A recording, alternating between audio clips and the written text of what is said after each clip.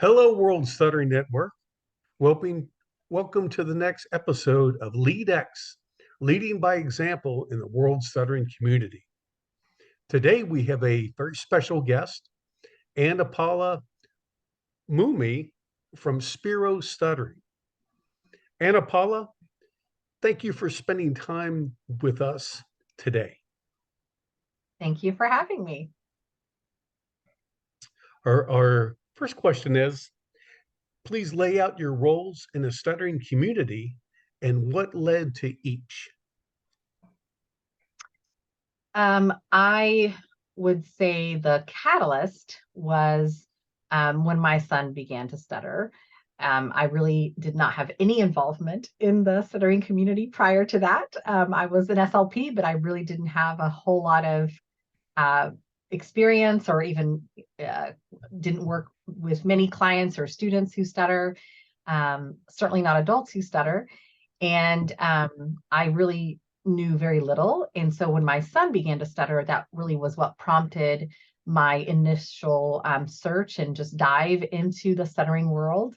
And so at that point, I realized I knew very little, even after 15 years of being an SLP. And I just felt like I needed to learn more.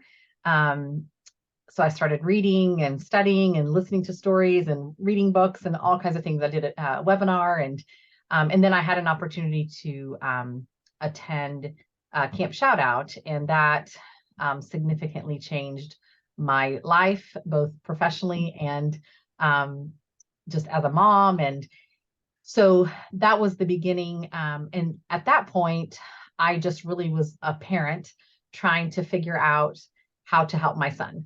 And but then from that, through the Camp Shoutout experience, I really just fell in love with the stuttering community and working with students and children in general who stutter. And I began to study more and just become more involved. And so then I started teaching the fluency disorders course here at the university. And so then I became a professor teaching in that area. I mean, I was already a professor, but in terms of the area that I was teaching in.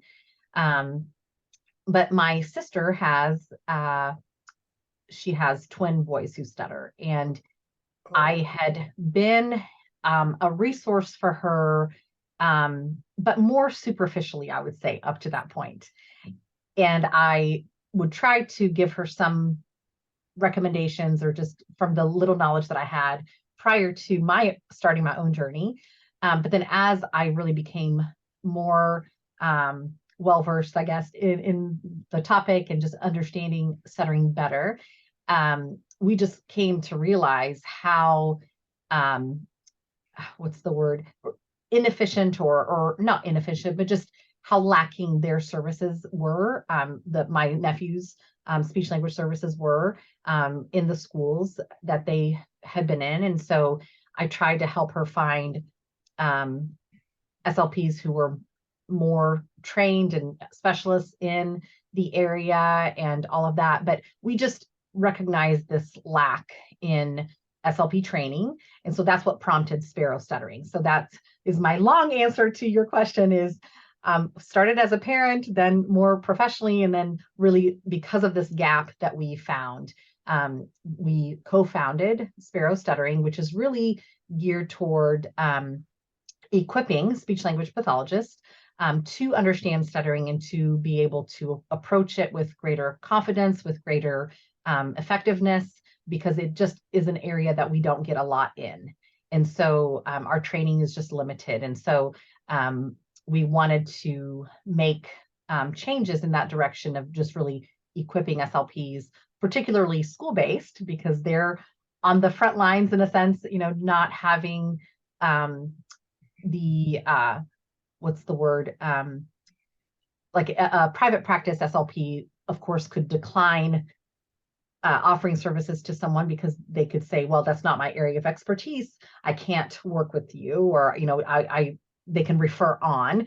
But with a school-based SLP, that's different. They don't really have the option to refer on.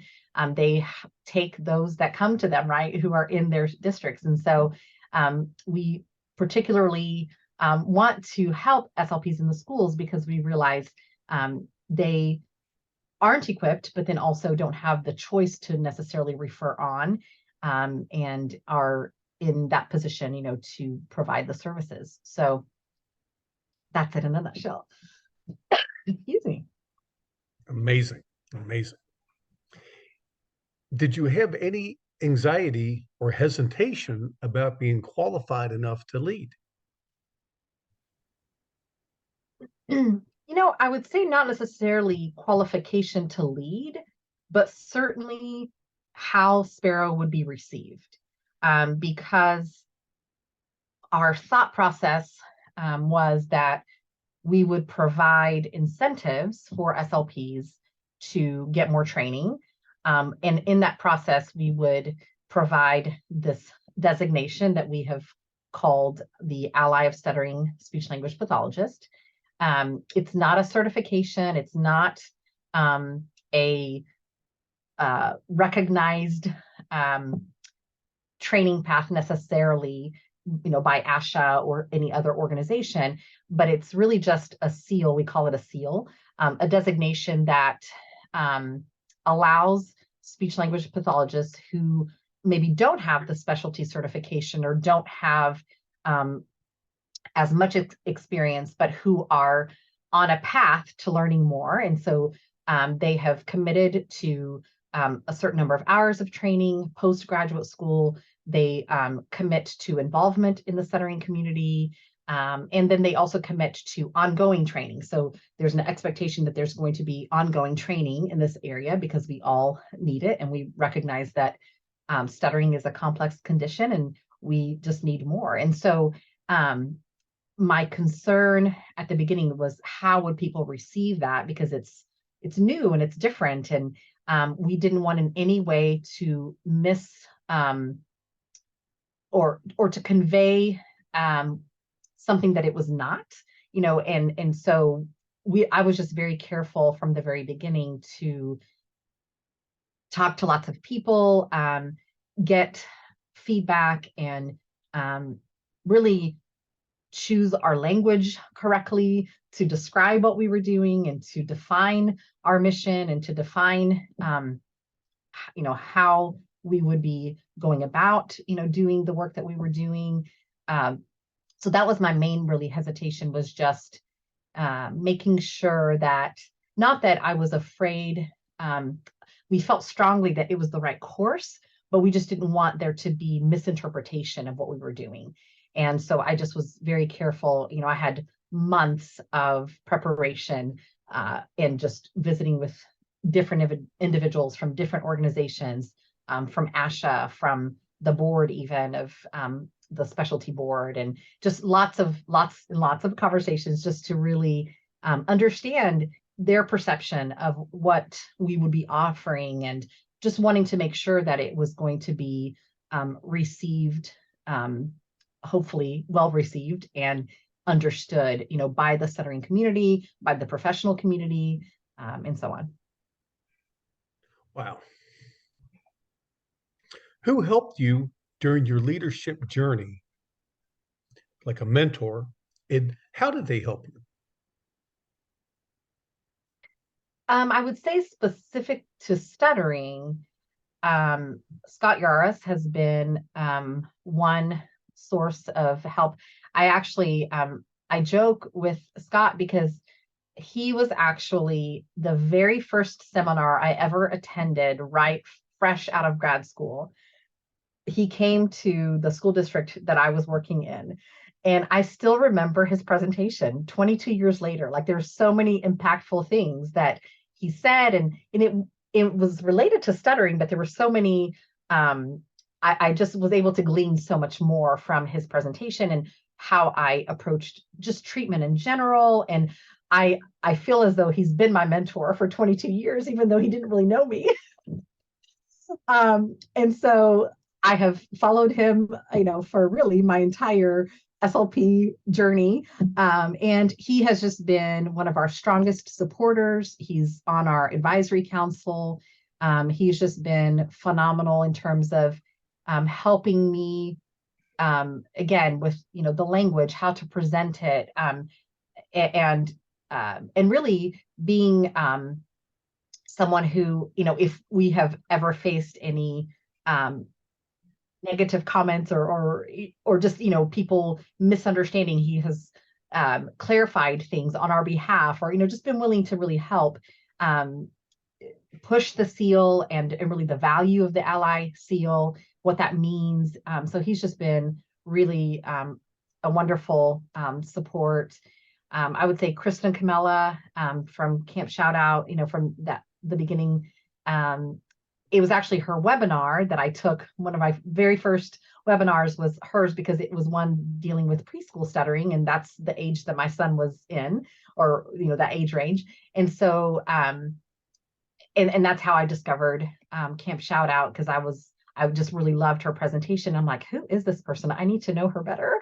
And so I Googled and I discovered Camp Shout Out, and I've been now multiple times. I went a couple of years as a trainee, and then I've gone back as a facilitator. She's asked me to come and help, support in that role.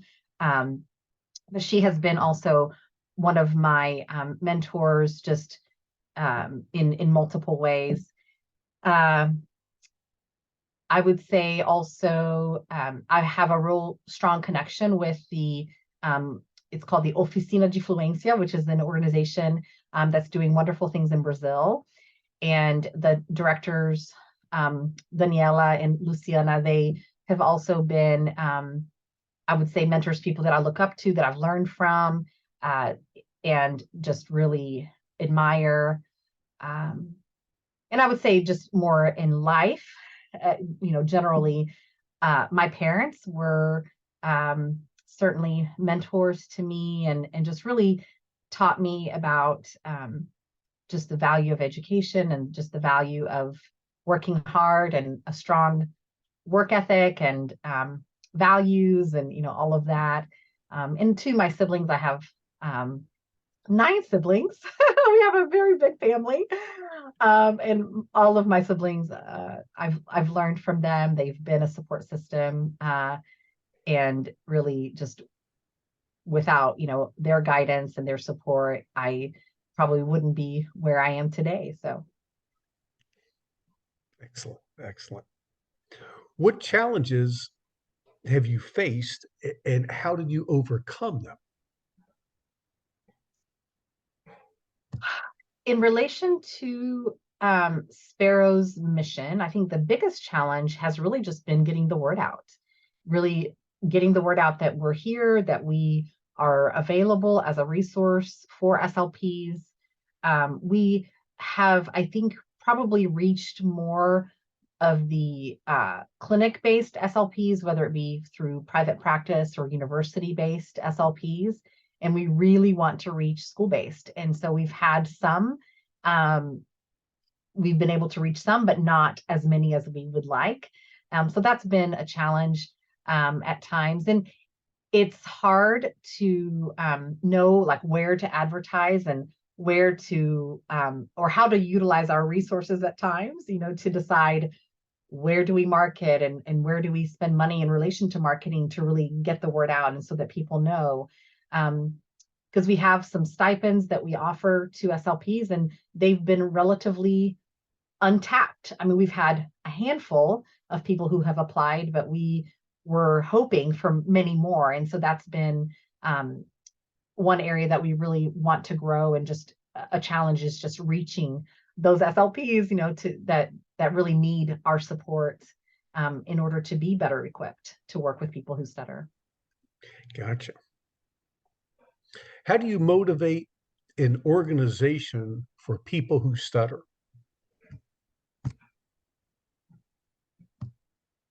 I think what we've tried to do is share relevant stories that drive our mission.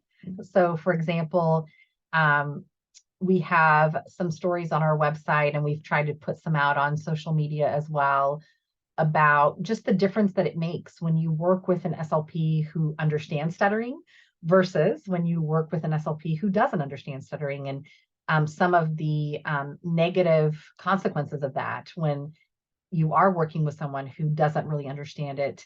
And so we've been able to just highlight what difference it makes and how freeing it is, for that particular individual when they finally are able to work with someone who understands the stuttering experience, who's able to help them reach their goals. And so we've tried to motivate in that way, just sharing stories. And we're working on a project now where we're going to be, we're working on a video, like a brief video that, again, just puts out, these stories from parents, from individuals who stutter, just, different people, to, again, I think just highlight, the need that there is for better training. And also the other aspect of our mission and our role, I think, is to help parents understand that there is a difference between an SLP who understands stuttering versus not, right? Because when you are a parent, unless you happen to know the right people or you're asking the right questions, you think that any SLP will do, right? Like you'll call up the first SLP that you find that's down the road from you or whatever. You might find someone who's near you just out of convenience, but really helping parents understand that there is a difference in knowing what is it that you need to ask, what is it, that I say not all SLPs are created equal. We all have a heart to serve and to help, but we don't all have the competence to do that in all of the different areas that we are expected to work with.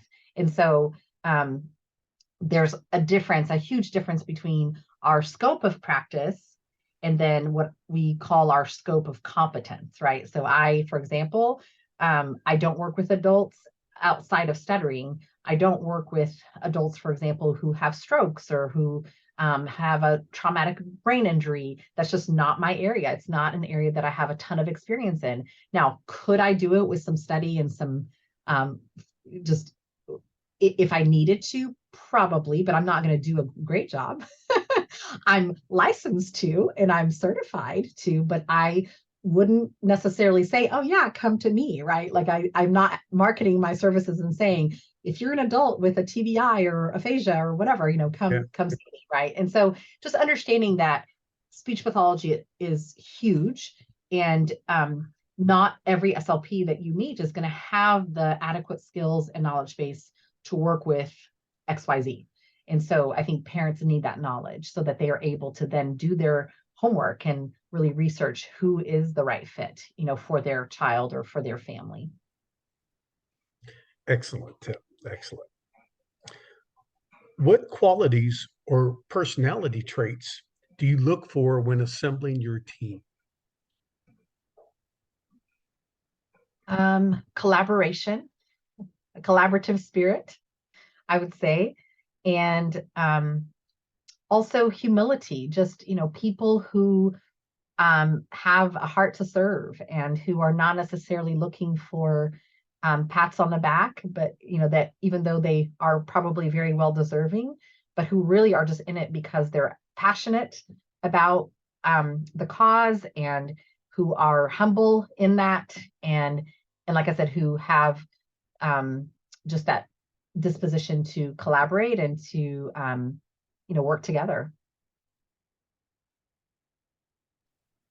Excellent.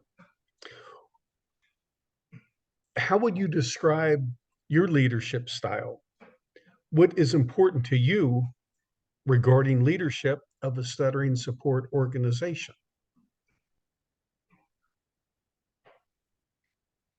I would say, particularly in this role, organization. I'm a very organized leader, I would say, because that's just my personality. And because of the nature of what we're doing in terms of, for the Ally of Stuttering Seal, for example, individuals have to submit an application, just showing proof of their training and their involvement in the community. And so there's just a lot of paperwork that's involved. And so that organizational piece is important. But from more a personality or just leadership standpoint, I would say being collaborative, I think, has been my biggest strength in this particular role, because there are so many organizations and so many individuals who are doing wonderful things in the stuttering community. And so just being able to really join forces with people and to not to reach out and say, how can we help? How can we serve? How can we promote, something that is good that you're doing? And I've had really great collaborations already. For example, well, for sure with the Brazilian organization, we've offered, our very first was doing some of the screenings in Brazil of When I Stutter, the very first screenings that took place back in 2019. We were able to translate it together. We just completed another translation project with a teen book that's offered by the Stuttering Foundation. So we've had collaboration with the Stuttering Foundation and Jane. Also collaborating, for example, with Chris and Camilla and the Camilla Communication Center. We offered 2 Brazilian SLPs a course. It was super well received and attended, very well attended, where she presented a 7-part training on working with school-age children who stutter. And we did all of the translation for that. And we had 2 live synchronous sessions where we were able to offer, a chance for those individuals, those Brazilian SLPs, to ask Kristen lots of questions. And that was really productive. I'm kind of in the works right now, trying to work with the Friends organization to offer some support to students who have a special interest in stuttering, because we know that generally either undergraduate or graduate students who show more interest are probably going to be those that end up doing the wonderful things that we want to see happening. And so we want to definitely cultivate that and support that. So there's, some collaboration in the works right now to try to figure out how we can support them. The most recent one, which is exciting, is I'm partnering right now with My Speech, and they are going to be housing our database, our searchable database for Ally of Stuttering SLPs, which is something that we haven't had, just mainly because of the cost that's involved to be able to do it via our website. So that's really exciting, just because that opens access, both in terms of families being able to find those SLPs, but then also just awareness in general that, here are SLPs that are committed to improving the quality of services that they're providing for people who stutter. So I think that component has been the most favorable, just my ability to work together with other people and really find our strengths and to merge those, right? Or that's my hope anyway. Well, certainly good people attract good people. You were doing a phenomenal job at it just getting to know people, working with other good people. You're like this good person magnet. And Oh, I Paula, didn't even you're just mention the everyone's. National Stuttering Association. That's another one. This summer I was able to, we were able to co-host the SLP breakfast that they have offered there at the conference. And that was a great avenue to be able to share our mission and to, support SLPs in that way. So yeah, I didn't even mention them, but I just feel fortunate that I feel like we have just strong collaborations and ties to a lot of these different organizations that are all doing wonderful things. And we all have a little bit different, maybe focus or bent, but we're certainly able to, help each other. Well, you certainly live the phrase better together. So you are living proof of that. How do you keep a positive climate in your organization? I think just celebrating all the positive things that are happening and trying to highlight, just big wins, small wins, whatever it is that, is going well, and really focusing on those things. Uh, so for example, in addition to um, highlighting, for example, one thing that we've done from the very beginning is we do an SLP spotlight. So every time that we have a new ally of Stuttering SLP who submits their application and obtains the seal, we do a spotlight. And I think just being able to give people that opportunity to say, here's how I got involved in the Stuttering community, or here's why I'm interested, here's why I'm passionate, and then to give them a chance to say, why is it that this seal is important to me? I think that's been very positive, and it really has allowed some SLPs, I think, to come to the light that maybe haven't been highlighted before for whatever reason. And so I just love the fact that we're able to do that. And that's been really positive. And then, celebrating other things, like we were able to obtain a grant that we weren't expecting, because, you sometimes apply different places and you look for different avenues for funding, and you just don't know if people will be touched, by your mission and vision and all of that. And so that's always exciting, when somebody sees that and they want to help and provide support in that way. So yeah, we try to celebrate people, celebrate wins. I think that's how we keep things positive. Awesome. Awesome. When do you push your opinion? When do you hold back and let others get their way? I don't know that that's really happened, at least not within our board or even our advisory council. Um, it's been a fairly gelled, or, just our, we've been, I think it's just been easy to work together and to make decisions together. And I don't know that I've necessarily had to push anything per se.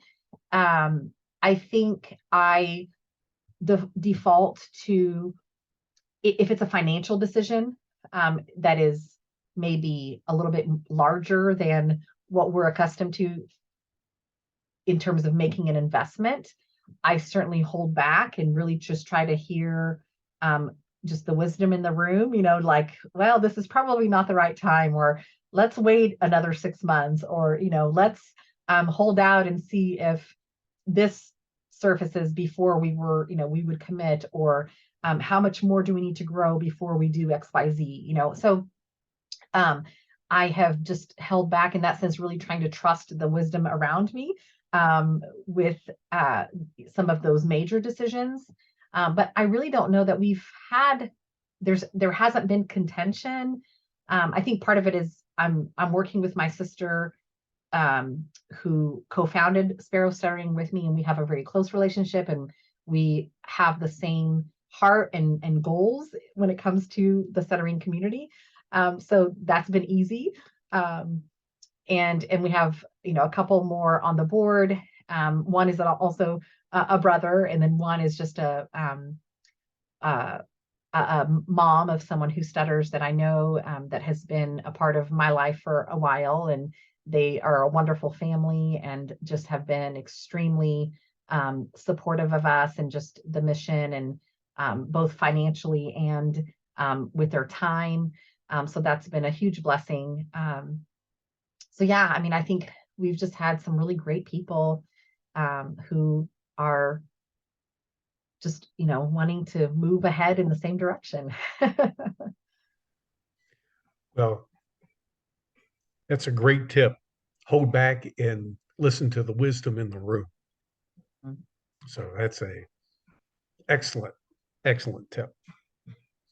How do you handle negative remarks or criticism personally and organizationally?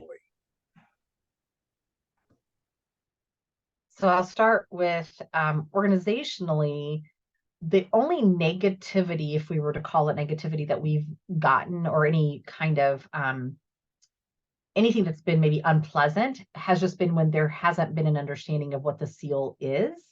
And so what we've tried to do is just provide more clarification. So when instances have occurred that somebody is either, questioning or maybe suspicious or uncertain about, what is it that we're doing, what are we about, and what is the seal, what does it mean, we've just tried to be very clear and just provide, additional clarification. Even, for example, the use of the term ally. People have different definitions, different ideas of when it should be used, who should be using it. Um, there's different opinions and thoughts, that surround certain things. And so we've, again, just when that happens, we just try to clarify, and we try to, provide as much information. And what the other thing I've done is I will go before our advisory council, and I'll say, here's this concern that has been voiced, and I would love your input if you have any input related to this in particular. So again, we just put it out, and we have about eight individuals on our advisory council. And the difference really between our advisory council and our board. So the board, of course, is the one that is making decisions and really pushing us forward in the direction that we're going. The advisory council, they're more of the experts, that I would say are helping guide us in terms of the actual stuttering community. So we have SLPs, we have parents of children who stutter, we have individuals who stutter, we have, just lots of individuals that are coming from different backgrounds and different, walks of life. And so we put it out to them to say, we need your feedback. So if you have any thoughts or ideas or advice for us, please share. And so a lot of times, then I'm able to take their input and then make a decision, and then maybe, go before the board and say, here's what is being suggested, or here's the thought of, how we deal with this, and then we're able to move ahead. So I think just having that advisory council has been huge when it comes to responding to anything that has come that has been either negative or unpleasant. How do you handle negativity personally? Oh, yes. The personal part. That's probably a question for my husband, right? How do I handle negativity? I honestly, I try to just listen, and if it's a criticism, right, about something that I'm doing, or something that's hurt someone or whatever, I try to be humble and listen and reflect on what that perception is, or whatever it may be. And then if there's merit there, to be able to apologize, or to reconcile, or to, do whatever it is that's necessary to make amends, or to make things right, or if I feel it's still unwarranted or unjustified, just being able to have open conversation about that, or, to approach the individual with as much grace as I can, right? Just to maybe disagree, or to voice my position, or, whatever it might be. I'm trying to think of, hypothetically, like what am I referring to? But anyway, just trying to be teachable and humble, and not not prideful, in my everyday what's the word, posture, I guess. Excellent, excellent. Have you experienced competition from others in the field? Not really. Um, I guess there's always inherent competition in terms of funding, right? So everybody, especially now at the end of the year, everybody's asking for funding. Um, in terms of just, it's the end of the year, make your contributions, that kind of thing, but not in a way that is, threatening or in any way inappropriate. It's just the nature of being a nonprofit, right? Is everybody needs funding, and we all want that in order to continue to move ahead in each of our goals. And so, but yeah, I don't know that I can identify any other competition per se. Okay, cool. What mistakes have you made along the way, and how would you have done it differently? Tends to be my favorite question. Oh goodness. Gosh, mistakes. Goodness, is there anything that, we're so new, we're so young. I feel like we haven't had a ton of time to make too many mistakes, hopefully. Um, Let me think of it from the standpoint of what things we could have done differently. Hmm, that's a great question. I don't know. Nothing's coming to mind right away.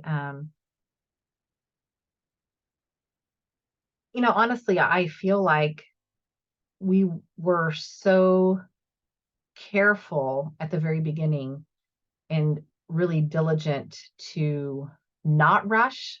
I guess that would have been a mistake so my tendency or my drive, would be to do things fast and to move ahead and to plunge forward and, all of that. But I feel like we had this sense of, pause at the very beginning of just really doing our due diligence to talk to people, to gauge, just the environment and to understand context, for just the past and history, behind um, different decisions, that have been made within the stuttering community, more specifically in relation to SLP training. Um, so I feel like we avoided mistakes by doing that, by just not rushing, not being too quick to define things, So I feel like our overview document, it changed, probably a dozen times in the process of us trying to define, who we were and what we were about, right? And every time I would have a conversation with someone, something was tweaked, or I was able to, add this or that, or, just really not being in a hurry. I think that was one of the wisest things that we did, because it was something that was on our hearts for probably a couple of years. My sister and I had talked about it. We had just, dreamed about this for a while. And it was really COVID that prompted the time for me to really invest in formally putting our ideas on paper and really kind of starting the more formal process of getting established and then getting it incorporated and really forming the nonprofit. But even after forming the nonprofit, it was probably, let's see, July, probably 5 months, before we really launched publicly, because again, we were doing a lot of just legwork and behind the scenes work, in terms of really solidifying how we were going to present ourselves, to the stuttering community and to the professional community. So in that sense, I would say we avoided mistakes. Um, but honestly, like I can't think of anything, nothing's jumping out at me. Um, Other than just um, doing better in terms of communications and just continuing to improve in our ability to connect with people. And well, I guess I'll say this. I was an avid non-Facebooker before um, before the nonprofit launched. I just didn't have any interest in being on social media. And number one, because I have a huge family and I know that it was going to be a time stealer if I did that. And I just didn't want to go there. And honestly, I'm very protective of my family. I don't post anything really almost ever that's not related to something professional, either through um, that's, research related or Sparrow related or whatever. So most of my posts are professional geared. And so that was, I would say, not necessarily a mistake, but just like a learning curve for me was figuring out, Facebook and Instagram. I'm still trying to figure it out, and how to and how frequently to do it and all that. So I'm sure people would say I make tons of mistakes when it comes to our social media presence, because I don't know what I'm doing. I'll just say that. I need a social media person because that's just not my strength. It's not something that I've done a lot of. So yeah, I'm sure people could probably find lots of errors that I've made in that regard. Um, so yeah, that was a learning curve for me, for sure. All right, cool, cool. What advice would you have for the future leaders of our stuttering support community? It's our final question. Yeah. I would say um, I just have to go back to collaboration and really thinking about how do we work together to um, prompt the changes that we want to see, right? Because everyone who's in this, of course, is wanting to make an impact, is wanting to see something change, right? We want to see the needle moves in some direction or in the right direction in some area, right? Of stuttering treatment or research or whatever it may be, um, or quality of life. There's so many different aspects of how different organizations are making an impact. But I think uh, when we're working together towards those goals, then we can go farther, um, and just I would say being relatively new to the stuttering community, I don't necessarily have any baggage, if that makes any sense, with like if there has been any um, disagreements or difficulties between organizations, or if there's been fallouts or whatever, like I don't really know what that is, or so I feel like in that sense, um, it's been good to come at this without baggage and just really to look at everyone and every organization in a very, I guess, like pure way, if that makes any sense. And really just say, how can we work together? Another organization that I didn't mention earlier is the Transcending Stuttering. I think, we've been able to do some things together more behind the scenes. But, there's just been so many positives that have come from collaborations, and how can we promote whatever, something that is near and dear to our hearts in a specific way. How can we work together to make that happen? And so I would just encourage individuals to really look for ways to be collaborative and to join strengths, and really in our strengths will be a greater or bigger force, I think, to make the impact that we want to see. Awesome, awesome. Well, Anna, Paula, your words are a treasure. And thank you for spending time with us today. I want to wish you the greatest success personally and with Spiro Stuttering. So thank you so much. Thank you. I appreciate the opportunity to chat with you and just appreciate all that you all are doing.